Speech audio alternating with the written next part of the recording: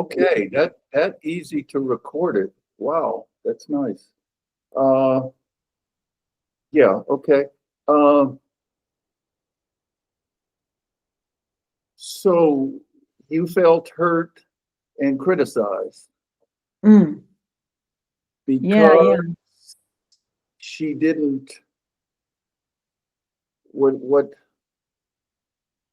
what it sounds like to me is she's trying to force you into doing something that you want to do, but you don't like the way she said it. Uh, huh? She forced me to into something that I wanted to do. Yeah, she's like making you wrong. It's so go over it. Let me.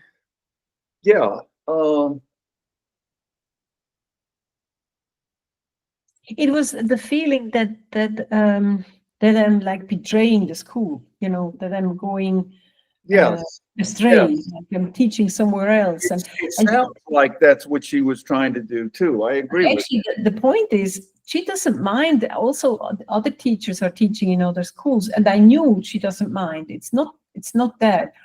It's that she's informed. It's that we are discussing stuff. It's that, um, yeah. And before, when I said they have been asking me, I also said they are in trouble, and she made a remark like, "Oh, are they expecting us to save them?" And I took it as, "Oh, that's a smart ass remark."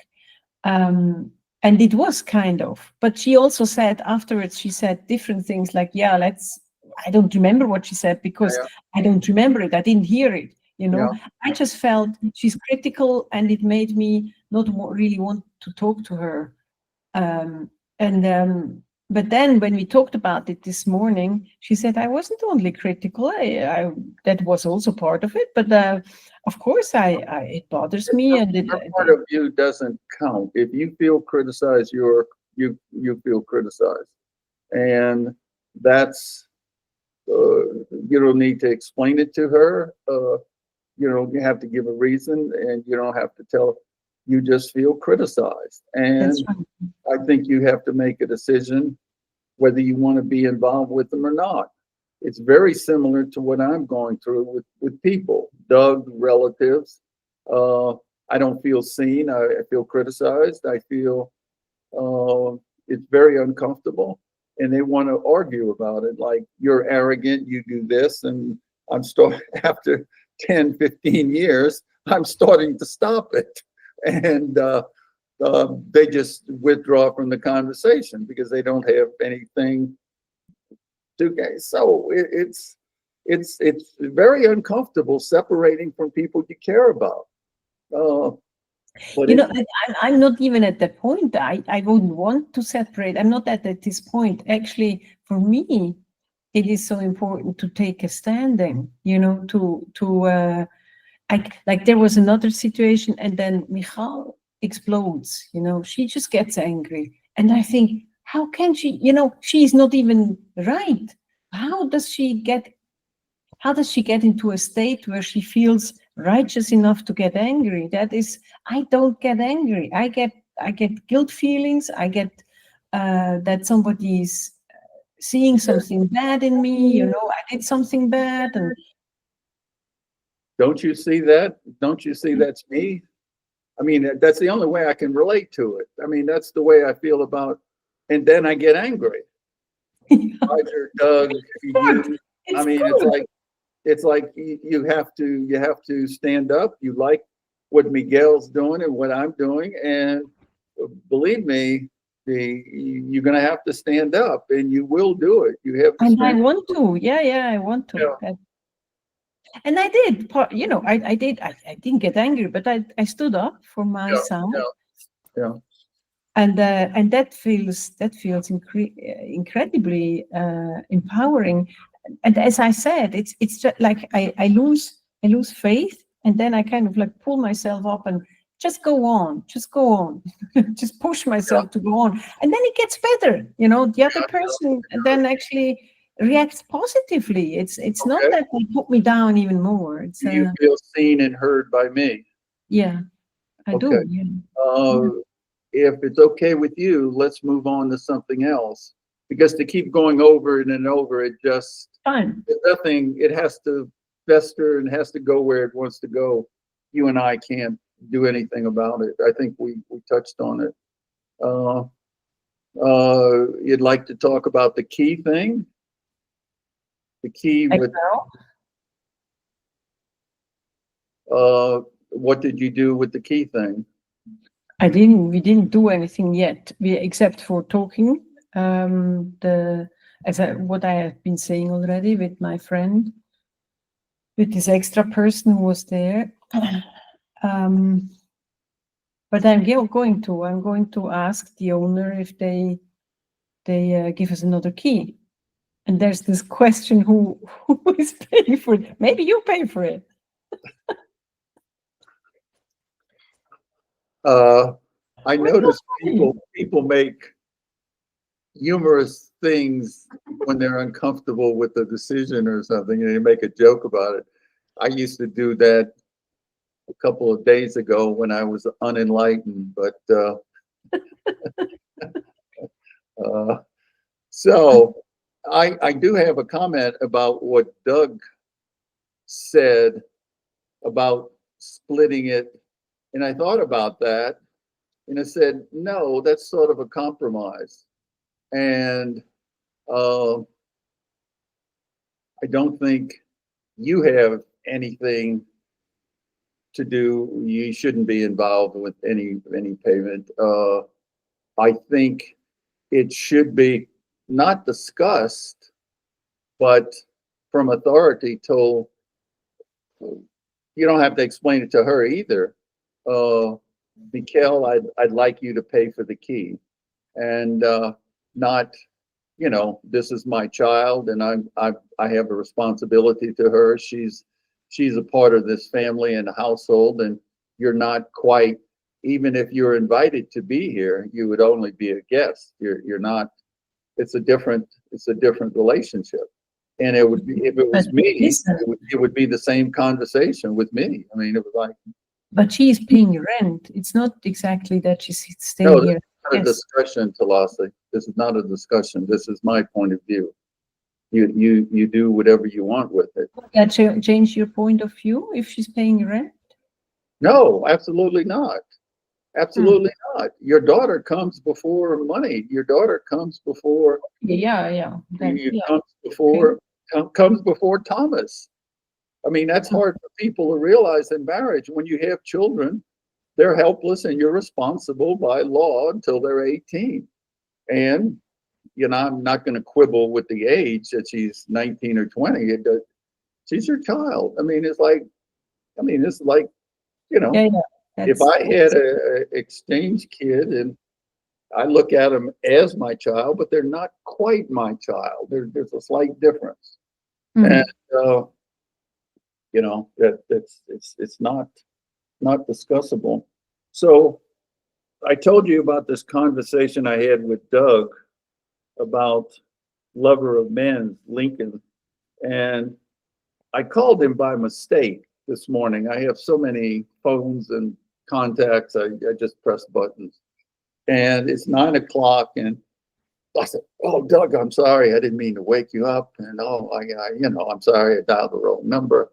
And he said, "I'm awfully sorry about yesterday. I apologize." I really don't know what he was apologizing for. He got kind of mad. When I said it was well documented, but the difference we have is interpretation. It's sort of like, I mean, you can't get out of that. I mean, that was the truth. I mean, we're arguing about whether Lincolns are gay or not, and it's like, that's not the conversation I wanted to have. I've been trying to have the conversation. Everybody's gay. Everybody's straight. Everybody's black. We're human.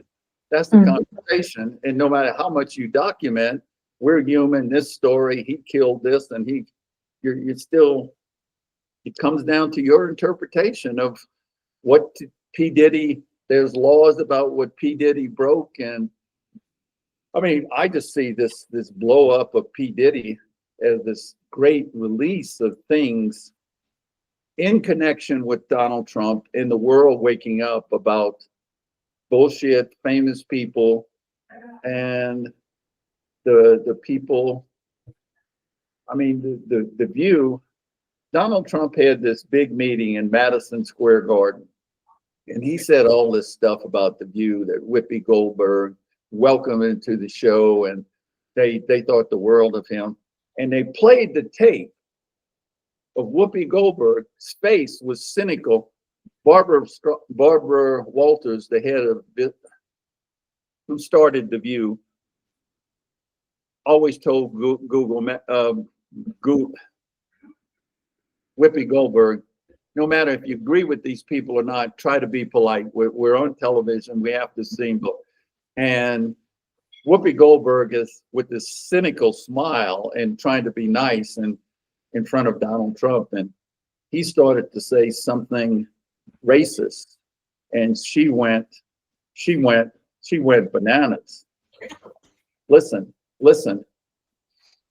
I never, whatever she said, I mean, it was polite. It wasn't like you're fucking racist, but my people have been defending against people like you all our lives.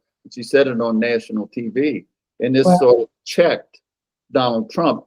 I mean, people like P. Diddy and stuff can say stuff, and what you and Doug were having these conversations, and I'm trying to stop things that were sloppy conversation, just lazy, not thinking about, and both you and Doug are responding to it. I mean, instead of arguing about what, and I'm listening to myself, instead of arguing about, Doug puts this movie in front of me. Obviously, he wanted me to see it, and he wanted me to see the gay point of view of men sleeping with men. And yeah, I don't know.